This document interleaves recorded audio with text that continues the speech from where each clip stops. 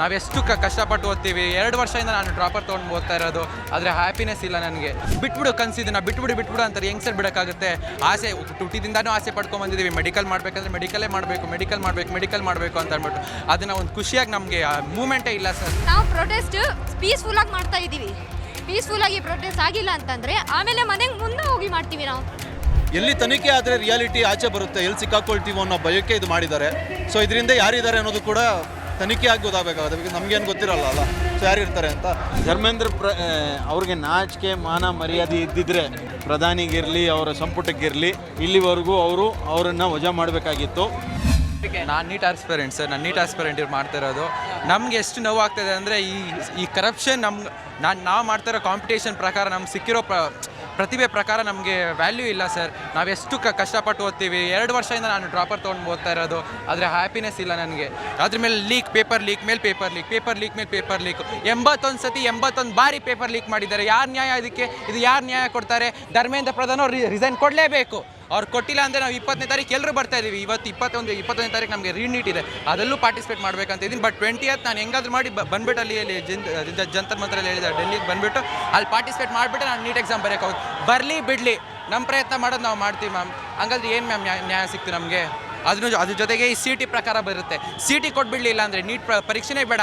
ಇವ್ರು ವೈಲ್ಡ್ ಮಾಡೋಕ್ಕಾಗಲ್ಲ ಅಂದರೆ ಬೇಡ ಬಿಡಿ, ಅವ್ರಿಗೆ CT ಪರೀಕ್ಷೆ ಕೊಡಲಿ. ಅವರು ನಮ್ಮ ಕರ್ನಾಟಕದಲ್ಲೇ ಸ್ಟೂಡೆಂಟ್ ಮಾಡಲಿ, ಬೇಕಾದರೆ ಬೇರೆ ಸ್ಟೇಟಿಂದ ಬಂದು ಓದಬೇಕಂತಿದ್ರೆ ಅವ್ರು ಕೊಡಲಿ ಬಿಡಿ, ಬೇಕಾದರೆ ಅವ್ರು ನೀಟ್ ಬರೀಲಿ. ನಮ್ಮ ಕರ್ನಾಟಕದಲ್ಲೇ ಸೀಟ್ ಬೇಕು. ನಾವು ಅದಕ್ಕೋಸ್ಕರ ಕರ್ನಾಟಕಕ್ಕೋಸ್ಕರನೇ ನಾವು ಫೈಟ್ ಮಾಡೋದು. ದಯವಿಟ್ಟು ಇದನ್ನು ಪಾಯಿಂಟ್ ಔಟ್ ಮಾಡಿಬಿಟ್ಟು ಅವ್ರು ರಿಸಿಗ್ನೇಷನ್ ಕೊಡಬೇಕು. ಹೊಸ ಈ ನೀಟ್ ಎಕ್ಸಾಮ್ನ ಕ್ಯಾನ್ಸಲ್ ಮಾಡಬೇಕು ಮತ್ತು KCT ಮೂಲಕ ನಮ್ಗೆ ಸೀಟ್ ಕೊಡಬೇಕು. ಮತ್ತು ಈ KCTನ ನಾವು ಮೂವ್ ಮಾಡಬೇಕು ಅಂತ ಬೇಡ ಸರ್, ನೀಟೇ ಬೇಡ ಸರ್. ಅದು ಕಾಂಪಿಟೇಷನ್ ಎಷ್ಟು ಸರ್? 23 ಲಕ್ಷ ಒಂದು 50,000 ಸೀಟಿಗೆ ಸಾಯ್ತಾರೆ ಸರ್. ಯಾವ ನ್ಯಾಯ ಸರ್ ಅದು? 50,000 ಸೀಟ್ ಅಷ್ಟೇ. ಯಾವ ನ್ಯಾಯ? 100 ಜನ ಯಾವ ಮೂಲೆಗೆ ಸರ್ ಅದು? ನಾವು ಬರಿತಾ ಇದ್ದೀವಿ ತಾನೆ ನೀಟ್ 2 ವರ್ಷದಿಂದ ಬರಿತಾ ಇದ್ದೀವಿ. ಒಂದು ಆಸೆ ಇಲ್ವಾ ಸರ್ ನಮ್ಗೆ ಆಗಬೇಕು ಮ್ಯಾಮ್ ಅಂತ ಅಂದ್ಬಿಟ್ಟು? ಅದು ತುಂಬ ಬೇಜಾರ ಸಂಗತಿ. ಮತ್ತು ಇನ್ನೊಂದು ಎಜುಕೇಷನ್ ಸಿಸ್ಟಮಲ್ಲಿ ಕ್ಯಾಸ್ಟಿಸಮ್ ತೊಗೊಂಬರ್ತಾರೆ. ಕ್ಯಾಸ್ಟಿಸಮ್ ಫಸ್ಟ್ ಅದನ್ನು ತೆಗ್ದಾಕಿ, ಕ್ಯಾಸ್ಟಿಸಮ್ನ ಫಸ್ಟ್ ತೆಗಿಬೇಕು, ಆಗಲೇ ನಮ್ಮ ದೇಶ ಉದ್ಧಾರ ಆಗೋದು. ಅದಂತೂ 100% ಹೇಳ್ತೀನಿ. ಈಗ ಹೌದು, ಎಕ್ಸಾಮ್ ಲೀಕ್ ಆಗಿದ ತಕ್ಷಣ ಅವ್ರ ತಂದೆ ತಾಯಿ ಫೀಲ್ ಮಾಡೋ ಒಂದು ನಮಗೆ ತುಂಬ ಬೇಜಾರಾಗುತ್ತೆ ಸರ್. ಅವ್ರು ಹೇಳಿದ್ರು ಬಿಟ್ಬಿಡು ಕನಸಿದ್ದನ್ನ, ಬಿಟ್ಬಿಡು ಅಂತಾರೆ. ಹೆಂಗೆ ಸರ್ ಬಿಡೋಕ್ಕಾಗುತ್ತೆ? ಆಸೆ ಹುಟ್ಟಿದಿಂದನೂ ಆಸೆ ಪಡ್ಕೊಂಬಂದಿದ್ದೀವಿ. ಮೆಡಿಕಲ್ ಮಾಡಬೇಕಂದ್ರೆ ಮೆಡಿಕಲ್ ಮಾಡಬೇಕು ಅಂತ ಅಂದ್ಬಿಟ್ಟು ಅದನ್ನು ಒಂದು ಖುಷಿಯಾಗಿ ನಮಗೆ ಮೂಮೆಂಟೇ ಇಲ್ಲ ಸರ್. ಅದಕ್ಕೋಸ್ಕರ ನಾವು ಹೇಳ್ತಾರೋ, ದಯವಿಟ್ಟು ಇದನ್ನು ದೊಡ್ಡ ಪ್ರಮಾಣವಾಗಿ ಮಾಡಿಬಿಟ್ಟು ನಮ್ಮನ್ನ ಒಂದು ವ್ಯಾಲ್ಯೂಬಲ್ ಕೊಡಿ. ಅವರು ಯಾರು ಮಾತಾಡೋಂಗಿಲ್ಲ. ಯಾರೇ ಒಂದು ಜನ ಬಂದಿದ್ದಾರೆ ಅಂತಂದರೆ ತುಂಬ ಜನ ಅಂತವ್ರೆ. ಅವರು US ಬಂದಿದ್ದಾರೆ, ಅಲ್ಲಿಂದ ಬಂದಿದ್ದಾರೆ. ಆ್ಯಕ್ಚುಲಿ ಅವ್ರು ಹೇಳ್ಬೇಕಂದ್ರೆ ಇಂಡಿಯನ್ ಫಸ್ಟ್ ಆಫ್ ಆಲ್. ಅವ್ರು ಏನಂತನೂ ಇಲ್ಲ, ಇಂಡಿಯನ್ ಆಗಿದ್ದಾರೆ. ಅವ್ರು ಏನೇ ನ್ಯಾಯ ಮಾಡಬೇಕಂತ ಬಂದಿದ್ದಾರೆ, ಸ್ಟೂಡೆಂಟ್ಸ್ಗೋಸ್ಕರ ಬಂದಿದ್ದಾರೆ. ಪ್ಲಸ್ ಇದು ಪೊಲಿಟಿಕಲ್ ಪಾರ್ಟಿ ಇಲ್ಲ, ಅದಕ್ಕೆ ಇಷ್ಟು ಯೂತ್ ಸಪೋರ್ಟ್ ಮಾಡ್ತಾ ಇದೆ. ಅದೇ ಒಂದು ಪೊಲಿಟಿಕಲ್ ಪಾರ್ಟಿಗೆ ನಾವು ಸಪೋರ್ಟ್ ಮಾಡೋಕ್ಕೆ ಬಂದಿಲ್ಲ. ನಾವು ಸ್ಟೂಡೆಂಟ್ ಆಗಿದೆ. ನಿಮ್ಗೆ ಗೊತ್ತಿದೆ ಧರ್ಮೇಂದ್ರ ಪ್ರಧಾನ್ ರಿಸೈನ್ ಕೇಳ್ತಿದ್ದಾರೆ, ರೆಸಿಗ್ನೇಷನ್ ಇನ್ನೂ ಕೊಟ್ಟಿಲ್ಲ. ಅವರು ಕೊಡ್ಲಿಲ್ಲ ಅಂದ್ರೆ ಏನು ಮಾಡಬೇಕು ಅಂತ ಅಂತೀರಿ? ಕೊಡ್ಲಿಲ್ಲ ಅಂದರೆ ಅವ್ರು ಮನೆ ಮುಂದೆ ಮಾಡೋಣ ಅವ್ರದ್ದು. ಇವಾಗ ನಾವು ಏನೇ ಒಂದು ಅಂಗಡಿಗೆ ಹೋಗ್ಬೇಕಂತಂದರೆ ಮುಂದಗಡೆ ಹೋಗ್ತೀವಿ, ಸಿಗಲಿಲ್ಲ ಅಂದರೆ ಜುಪ್ಟೋ ಬ್ಲಿಂಕಿಟ್ ಏನೇ ಒಂದು ಮಾಡ್ತೀವಲ್ಲ. ಇವಾಗ ನಾವು ಪ್ರೊಟೆಸ್ಟ್ ಪೀಸ್ಫುಲ್ಲಾಗಿ ಮಾಡ್ತಾ ಇದ್ದೀವಿ. ಪೀಸ್ಫುಲ್ಲಾಗಿ ಪ್ರೊಟೆಸ್ಟ್ ಆಗಿಲ್ಲ ಅಂತಂದರೆ ಆಮೇಲೆ ಮನೆಗೆ ಮುಂದೆ ಹೋಗಿ ಮಾಡ್ತೀವಿ ನಾವು. ಕರೆಂಟ್ ಹೋರಾಟ ನಡೀತಾ ಇರೋದು ಬಂದು ಎಜುಕೇಷನ್ ಸಿಸ್ಟಮ್ ಬಗ್ಗೆ. ನಮಗೆಲ್ರಿಗೂ ಗೊತ್ತಿರೋ ಹಾಗೆ ದೇಶದಾದ್ಯಂತ ಏನಾಗ್ತಾ ಇದೆ, NEET examination scams, paper leaks ಇದೇನು ಮೊದಲಲ್ಲಿ ಆಗಿರೋದು. ಕಂಟಿನ್ಯೂಸ್ಲಿ ಎವ್ರಿ ಇಯರ್ ಕೂಡ ಈ ಪೇಪರ್ ಲೀಕ್ಸ್ ಆಗೋದು, ಕರಪ್ಷನ್ ಆಗೋದು, ಸ್ಕ್ಯಾಮ್ ಆಗೋದು ಇದು ಕಾಮನ್ ಆಗಿಬಿಟ್ಟಿದೆ.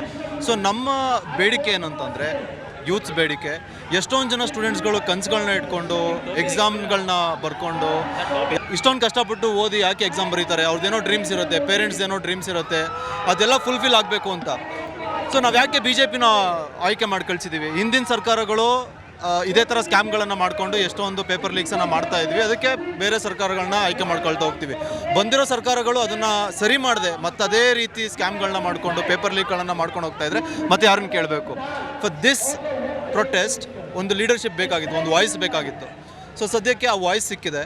ಇದು ಸ್ಟಾರ್ಟಿಂಗ್ ಸ್ಟೇಜಲ್ಲಿ ಸ್ಟಾರ್ಟ್ ಆಗಿದೆ. Going forward if in case ಇವರೇನಾದರೂ ರೆಸಿಗ್ನೇಷನ್ ಕೊಡಲಿಲ್ಲ ಅಂತಂದರೆ, ರಾಜೀನಾಮೆ ಕೊಡಲಿಲ್ಲ ಅಂತಂದರೆ ಅದ್ರಲ್ಲಿ ಅರ್ಥ ಮಾಡ್ಕೊಬೇಕು ನಾವು, ಈ ಕರಪ್ಷನಲ್ಲಿ ಇನ್ಯಾರೆಲ್ಲ ಇನ್ಕ್ಲೂಡ್ ಆಗಿದ್ದಾರೆ ಅಂತ. ಸೊ ಮೋದಿ ಏನಾದರೂ ಇದರಲ್ಲಿ ಇನ್ವಾಲ್ವ್ ಆಗಿದ್ದಾರೆ, ಯಾಕೆ ಅವ್ರು ಆ್ಯಕ್ಷನ್ ತೊಗೊಳ್ತಾ ಇಲ್ಲ, ಯಾಕೆ ಮಾತಾಡ್ತಾ ಇಲ್ಲ ಹೊರಗಡೆ ಬಂದು ಅಂತ ನಾವು ಕ್ವಶನ್ ಕೇಳಬೇಕಾಗುತ್ತೆ. ದಟ್ಸ್ ವಾಟ್ ಒಂದು ವಾಯ್ಸ್ ಬೇಕಾಗಿತ್ತು, ಒಂದು ಸ್ಟೇಜ್ ಬೇಕಾಗಿತ್ತು, ಸಣ್ಣದಾಗಿ ಸ್ಟಾರ್ಟ್ ಆಗಿದೆ. ಸೊ ಫ್ಯೂಚರ್ ಜೆನ್ಸಿ ಅಂತ ಏನು ಕರಿತೀರಾ ಅಥವಾ ಫ್ಯೂಚರ್ ಹುಡುಗರುಗಳು ಏನಿದ್ದಾರೆ ಅವ್ರಿಗೆ ಅರ್ಥ ಆಗ್ತಾ ಇದೆ ನಿಧಾನಕ್ಕೆ. ಸೊ ಏನಿದು, ಯಾಕೆ ಆಗ್ತಾ ಇದೆ, ಯಾಕೆ ಏನು ಯಾರೂ ಆ್ಯಕ್ಷನ್ ತೊಗೊಳ್ತಾ ಇಲ್ಲ ಅನ್ನೋದು ಅರ್ಥ ಆಗ್ತಾ ಇದೆ. ಸೊ ಗೋಯಿಂಗ್ ಫಾರ್ವರ್ಡ್ ಇವತ್ತು 10 ಜನಕ್ಕೆ ಆ ಮೈಂಡಿಗೆ ಅದು ಬಂದಾದರೆ ನಾಳೆ 100 ಜನಕ್ಕೆ ಬರುತ್ತೆ. ನಾಡಿದ್ದು ಸ್ಟೂಡೆಂಟ್ಸ್ಗಳಿಗೆಲ್ಲ ಲೈಕ್ ಥೌಸಂಡ್ಸ್ ಲ್ಯಾಕ್ ಸ್ಟೂಡೆಂಟ್ಸ್ಗಳಿಗೂ ಇದು ಅರ್ಥ ಆಗುತ್ತೆ, ಏನಾಗ್ತಾ ಇದೆ, ಯಾಕೆ ಆಗ್ತಾ ಇದೆ, ಯಾಕೆ ಆ್ಯಕ್ಷನ್ ತೊಗೊಳ್ತಾ ಇಲ್ಲ ಅಂತ. ನೆಕ್ಸ್ಟ್ ವೋಟಿಂಗ್ ಸಿಸ್ಟಮ್ ಎಲೆಕ್ಷನ್ಸ್ ಬಂದಾಗ they will definitely choose and vote against BJP. ಈಗ ನೀವು ವೋಟಿಂಗ್ ಸಿಸ್ಟಮ್ ಅಲ್ಲಿ ನಾವು ಸೆಲೆಕ್ಟ್ ಮಾಡಬಹುದು ಅಂತಂದ್ರಲ್ಲ, ಈಗ ವೋಟಿಂಗ್ ಸಿಸ್ಟಮ್ ಅಲ್ಲೂ ಜನ ನಂಬಿಕೆ ಕಳ್ಕೊಂಡಿದ್ದಾರೆ. ಫಾರ್ ಎಕ್ಸಾಂಪಲ್ ಮೊನ್ನೆ ಬೇರೆ ವೆಸ್ಟ್ ಬೆಂಗಾಲ್ ಅಲ್ಲಿ 4000 EVM ಇದ್ದಲ್ಲಿ ಬೆಂಕಿ ಬಿದ್ದು ಎಲ್ಲನೂ ಸುಟ್ಟೋಯ್ತು. ಅದು ಸುಪ್ರೀಂ ಕೋರ್ಟ್ ಅಲ್ಲಿ ನೆಕ್ಸ್ಟ್ ಅಪೀಲ್ ಹೋದಾಗ ಅದು ರಿವೀಲ್ ಆಗಬಹುದಾದ ಚಾನ್ಸಸ್ ಇತ್ತು. ಅಂದ್ರೆ ಅಲ್ಲಿ ಏನಾದ್ರೂ ಸ್ಕ್ಯಾಮ್ಗಳು ಆಗಿದ್ದ ಇಲ್ವಾ ಅಂದ್ರೆ ಆ ಸ್ಕ್ಯಾಮ್ಗಳನ್ನೀಗ ನೋಡ್ಲಿಕ್ಕೆ ಅವಕಾಶ ಇಲ್ಲದೆ ಇದ್ದಂಗೆ ಅದಷ್ಟು ಸುಟ್ಟೋಯ್ತು. ಇದೆಲ್ಲ ನೋಡಿದಾಗ ನಾವು ವೋಟ್ ಹಾಕಿದ್ದು ನಿಜವಾಗ್ಲೂ ನಾವು ಹಾಕಿದ ಪಾರ್ಟಿಗೆ ಹೋಗ್ತದೆಯಾ ಇಲ್ವಾ ಅನ್ನೋ ನಂಬಿಕೆನೂ ಇಲ್ಲ ಸರ್. ಇಟ್ಸ್ ಎವಿಡೆಂಟ್ ಅಲ್ಲ, ಇಟ್ಸ್ ಎವಿಡೆಂಟ್. ಅಂದರೆ ಯಾವಾಗ ನೀವು EVM ಬಗ್ಗೆ ಕೇಳಿದ್ರಿ, ಯಾವಾಗ ಈ ಕ್ವಶನ್ ರೈಸ್ ಆಗುತ್ತೆ, ವೆಸ್ಟ್ ಬೆಂಗಾಲಲ್ಲಿ ಮಮತಾ ಬ್ಯಾನರ್ಜಿ ಸೋತ್ರು ವಿತ್ ಹ್ಯೂಜ್ ಮಾರ್ಜಿನ್, BJP ಗೆಲ್ತು ಅಂತ ಅಂದಾಗ ಅಫ್ಕೋರ್ಸ್ ಡೌಟ್ಸ್ಗಳು ತುಂಬ ಈಸಿಯಾಗಿ ಇಡೀ ದೇಶದಾದ್ಯಂತ ಬರುತ್ತೆ. ಸೊ ಆ ಕ್ವಶನ್ನ ಕೇಳಿದ್ದಾರೆ. ಆ ಕ್ವಶನ್ ಕೇಳಿದಾಗ ಯಾವಾಗ ತನಿಖೆಗೆ ಆರ್ಡರ್ ಮಾಡ್ತಾರೋ ಅಫ್ಕೋರ್ಸ್ EVM ಚೆಕ್ಸ್ ಆಗುತ್ತೆ. ಎಲ್ಲಿ ಚೆಕ್ ಆದಾಗ ನಾವು ಸಿಕ್ಕಾಕೊಳ್ತೀವೋ ಅನ್ನೋ ಭಯ ಇದ್ದಾಗೆ ತಾನೇ ಅದು ಸುಟ್ಟಾಗೋದು. ಸಡನ್ನಾಗಿ ಯಾವುದೇ ರಾಜ್ಯದಲ್ಲಿ ಆಗದೇ ಇರೋವಂಥ EVM ಸುಟ್ಟೋಗಿರುವಂಥ ಇನ್ಸಿಡೆಂಟ್ ಎಲ್ಲೂ ಇಲ್ಲ ಇದುವರೆಗೂ.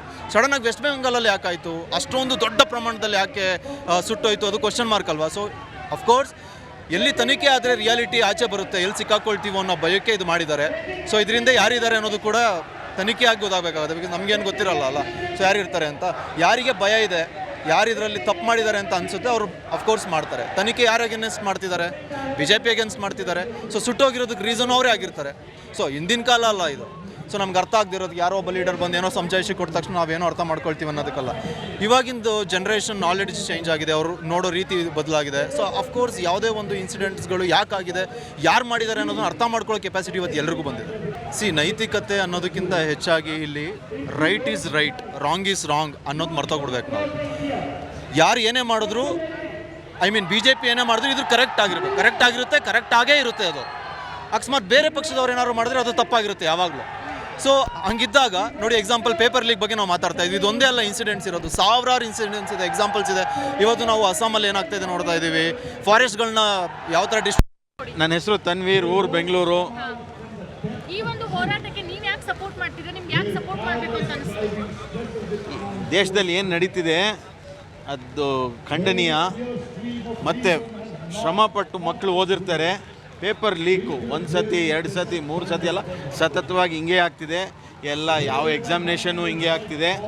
ಮತ್ತು ಈ ಎಜುಕೇಷನ್ ಸಿಸ್ಟಮಲ್ಲಿ ಏನು ಲೋಪದೋಷಗಳು ಇದ್ದಾವೆ ಅದು ಸರಿಪಡಿಸ್ಬೇಕು. ಸೊ ಅದು ಮಾಡ್ತಿಲ್ಲ ಮತ್ತು ಯಾವುದೇ ಕ್ರಮ ತಗೊಳ್ತಿಲ್ಲ. ಪಾಪ ಶ್ರಮಪಟ್ಟಿರೋ ಮಕ್ಕಳಿಗೆ ಅನ್ಯಾಯ ಆಗ್ತಿದೆ. ಯಾರೋ ದುಡ್ಡು ಮಾಡ್ತಿದ್ದಾರೆ, ಯಾರೋ ಅರ್ಹತೆ ಇಲ್ಲದವರು ಸೀಟ್ ತಗೊಳ್ತಾರೆ. ಸೊ ಇದು ಸರಿಯಲ್ಲ. ಅವರು ಯಾವುದೇ ಇಶ್ಯೂ ಅಲ್ಲಿ ಬಿಟ್ಟೇ ಇಲ್ಲ, ಒಂದು ಪ್ರೆಸ್ ಮೀಟ್ ಮಾಡಿಲ್ಲ.